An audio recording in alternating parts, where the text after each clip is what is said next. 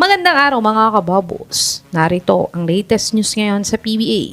Coach Johnny Abarrientos, naniniwalang mas magaling sa kanya si Ron J.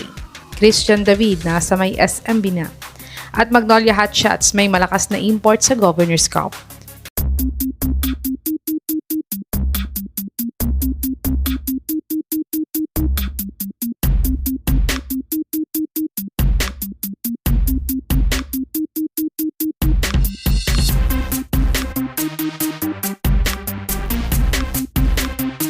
Si RJ Abarrientos nga ay isa sa mga rising star player ng Gene Kings ngayong PBA 50th season.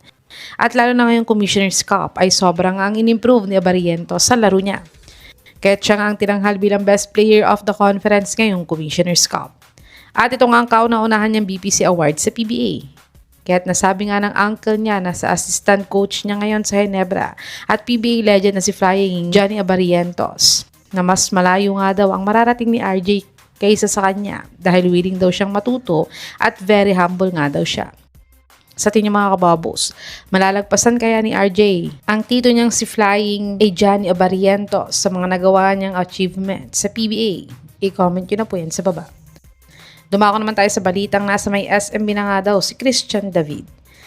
Si Christian David nga ay isa sa mga star player ng Blackwater Bossing ngayon. Pero dahil pataas na nga ng pataas ang extension contract niya, ay hindi na nga siya kayang bayaran ng Blackwater. Kaya't nilagay na din siya sa trading block ng Blackwater ngayong off-season.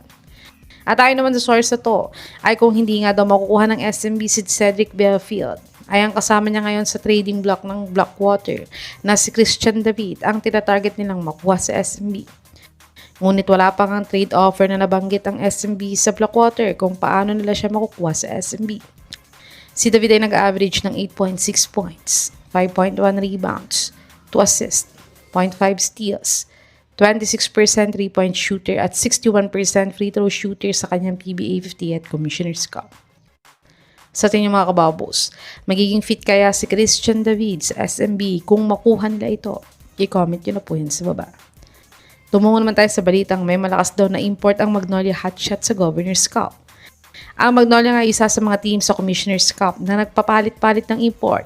Kaya nga hindi nila nabuo agad ang chemistry nila sa team. Kaya't sila ay hindi nakapasok sa top 4 team sa elimination rounds na naging sanhi na maaga na ng bakasyon sa PBA playoffs. Kaya ayon nga sa source to ay balak nga daw kontakin ng Magnolia Hotshots si Kenneth Lofton Jr. ngayon kung siya ay available para siyang gawin nilang import sa upcoming Governor's Cup. Sa tingin mga kababos, magiging fit kaya sa Magnolia Hotshots si Lofton Jr. kung makukuha nila siya? I-comment nyo na po yan sa baba.